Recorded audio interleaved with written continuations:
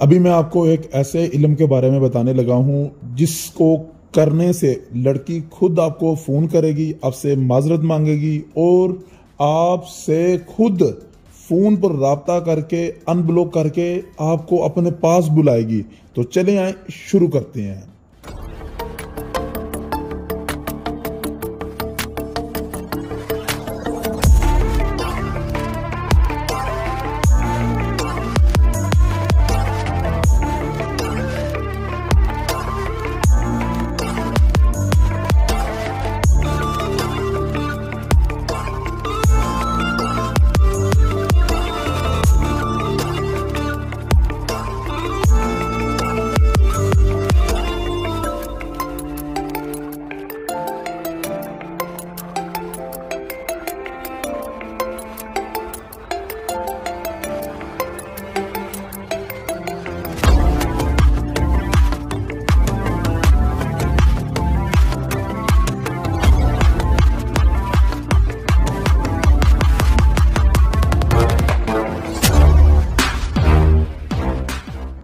अभी मैं जो आपके सामने इल्म करने लगा हूं ये एक ब्लैक मैजिक इल्म है।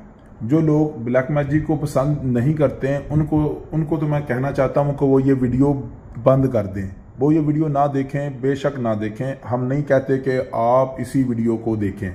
और जो लोग ब्लैक मैजिक को यानी पसंद करते हैं या फिर ईंट का जवाब पत्थर से देना चाहते हैं तो वो ये वीडियो लाजमी देखें, क्योंकि इस वीडियो के अंदर मैं आपको एक ऐसे नक्श के बारे में बताऊंगा जिसकी बहुत ज़्यादा खूबियां और ताकत है। देखें, ये एक पावरफुल नक्श है और सफलाई किताब से लिया गया है। ये किताब अगर आप चाहें तो इंटरनेट से आपको मिल भी जाएगी, लेकिन मुझे नहीं मिली, मैंने वैसे खरीदी है, यानी किसी बाहर के मुल्क से किसी से जो मंगवाई है। और उस किताब का व्यू भी अगर आप चाहें तो आप ले भी सकते हैं। आप मुझसे वो क्या कहते हैं कि मेरी वेबसाइट में आकर उस किताब की फोटो, पिक्चर वगैरह सारा कुछ उसे बाय कर सकते हैं। अच्छा, दूसरी बात है, ये छोड़े, जो इम्पोर्टेंट बात है वो ये है कि आपने इस इल्म को सीखना है। देखिए, इस इल्म के 3 बड़े बेनिफिशियन है। क्या क्या है मैं वो भी आपको बताता हूँ। देखिए, शुरुआत में वीडियो में मैंने आपको बताया कि ये पावरफुल स्पेल है, लव के लिए भी है, कंट्रोल के लिए भी है और सेपरेशन के लिए भी है।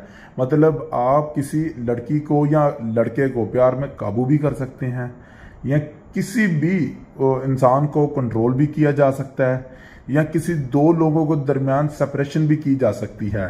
तवीज़ एक है, उसके मकसद 3 है, 3 इस्तेमाल है। लेकिन इस्तेमाल कैसे करने हैं वो एक बेसिकली एक मेथड है, वो आपने सीखना है। अगर आप इस वीडियो को लास्ट तक देखेंगे तो आपको तीनों मेथड में आपको समझाऊंगा और बताऊंगा। देखें, इसकी बेसिकली बात यह है कि सबसे पहले आपने तवीज़ बाय हैंड लिखना है। इसकी फोटोकॉपी नहीं करवानी। बहुत सारे लोग कहते हैं कि फोटोकॉपी करवाएं, नहीं, फोटोकॉपी नहीं कर सकते। इसे अपने हाथ से लिखना है।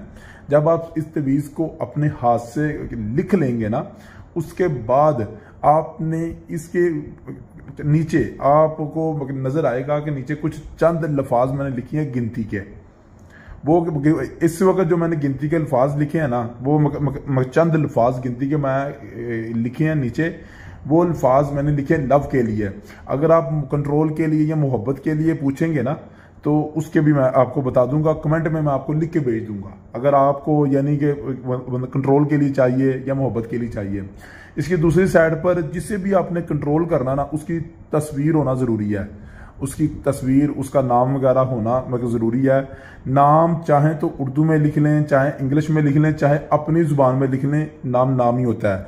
मैं ज्यादातर नामों को तिलिस्मी जुबान में लिखता हूँ। एक जाफरी इल्म है जो हम इल्म अमलियात की जुबान कहते हैं, उस जुबान में मैं नाम लिखता हूँ। लेकिन आप इंग्लिश, उर्दू या कोई भी हिंदी जुबान, किसी जुबान में भी नाम को लिख सकते हैं, बहुत आसान है। जब भी आपने इस तवीज़ को लिखना है ना, इस तवीज़ को लिखने के बाद आपने क्या करना है कि आपने इन तवीज़ों को यानी इस तवीज़ को उठाकर इसके साथ 7 किलो बड़े जानवर का गोश्त हो जाए। अगर वो इंडिया में नहीं मिलता, यानी गाय भैंस का गोश्त नहीं मिलता, तो बकरे का गोश्त हो जाए। अगर बकरे का गोश्त आपको नहीं मिलता तो जो काला कलर का मुर्ग होता है ना, देसी मुर्ग, उसका गोश्त भी इस्तेमाल कर सकते हैं। तकरीबन 3 किलो, 4 किलो, 5 किलो इसके अराउंड बाउंड आपके पास गोश्त हो। आपने तवीज़ को अच्छे तरीके से चमड़े में पैक करें, या वैसे ही तवीज़ को सही तरीके से शापर में क्या कहते हैं मोमी कागज़ में पैक करें। बेसिकली मैंने जब ये इल्म किया था, मैंने तवीज़ों को ना एक मोमी कागज़ में पैक कर दिया था। जैसे आप एक लिफाफे को मोमी कागज़ में पैक नहीं करते, शापर में एक लिफाफा जो होता है वो कागज़ पैक हो जाता है, पानी से भीगने से ख़राब नहीं होता, इस तरह मैंने इसे पैक कर दिया। पैक करने के बाद गोश्त और वो जो तवीज़ है, उस तवीज़ों को आपने कब्रिस्तान जाना है। देखिए, इंडिया में कब्रिस्तान बहुत मुश्किल से मिलता है, बाहर के मुल्कों में अलाउ नहीं है, तो ज़रूरी नहीं है कि आप इस इल्म को खुद ही करें, आप किसी से भी करवा सकते हैं। आपने क्या करना है, उन तवीज़ और गोश्त को इकट्ठियाँ कब्रिस्तान में दफन करना है। जब आप वहाँ पर दफन कर लेंगे ना, जिस जगह पर आपने दफन करना उसके पास थोड़ा या दूर बैठ जाएं या उसी के पास बैठ जाएं। पास बैठकर आपको एक स्क्रीन पर एक मंत्र आपको नज़र आ रहा है, जिसे पढ़ाई भी कहते हैं, इसको आपने 700 मरतबा पढ़ के वापस आ जाना है। ये एक इल्म है आपका, मैं भी आपको बता दूं, ये एक इल्म है। अगर फॉर एग्जाम्पल आपने कहा है कि ये एक इल्म की ताकत हमारे काम के लिए काफ़ी नहीं है, तो सेम ऐसा ही एक दूसरा इल्म भी कर सकते हैं। मसलन यही तवीज़, यही सब कुछ, बस कब्रिस्तान और गोश्त का एड्रेस आपने चेंज करना है और एक इल्म सेम कर लेना है, उसकी ताकत इससे कहीं ज़्यादा और बढ़ जाएगी। अगर मजीद आपको किसी भी चीज़ की ना समझ आई हो तो आप मुझे कमेंट करके पूछ सकते हैं। और इस इल्म को करने के लिए आपने अपना नाम और अपनी वालदा का नाम नीचे कमेंट बॉक्स में लाजमी मुझे भेजना है, ताकि इजाज़त के बगैर ये इल्म आप इस्तेमाल नहीं कर सकते। दूसरी बात, अगर सेपरेशन के लिए इस्तेमाल करना है तो मुझे आप सिर्फ कमेंट में ये बताइएगा कि सेपरेशन का कोड भेज दें, जो आपने वो क्या कहते हैं, वो हिंसों वाले में लिखना है, यानी हिंसों में लिखना है, वो कोड भेज दें, या कंट्रोल वाला जो कोड है वो भेज दें। देखें, वो एक लंबी कहानी है, यानी कि लंबा एक लेक्चर है कि ये जो लफ्ज़ हैं, मेरा मतलब है कि हम लिखते हैं, लिखाई में लिखते हैं, हिंसे लिखते हैं ना, तो इनका मतलब क्या है, ये अगर आप सीखना चाहेंगे तो ये एक लंबी, यानी कि लंबी बात है कि ये कैसे काम करता है। तो वो भी अगर किसी वीडियो में मौका मिले तो वो भी मैं आपको सिखाऊंगा। लेकिन ये 3 अल्फाज आपने चेंज करने हैं। जब ये चेंज कर लेंगे तो ऑटोमेटिकली पूरा इल्म चेंज हो जाएगा, पढ़ाई सेम रहेगी, तवीज़ भी सेम रहेगा, बस वो चीज़ें चेंज होगी और इल्म पावरफुल काम करेगा।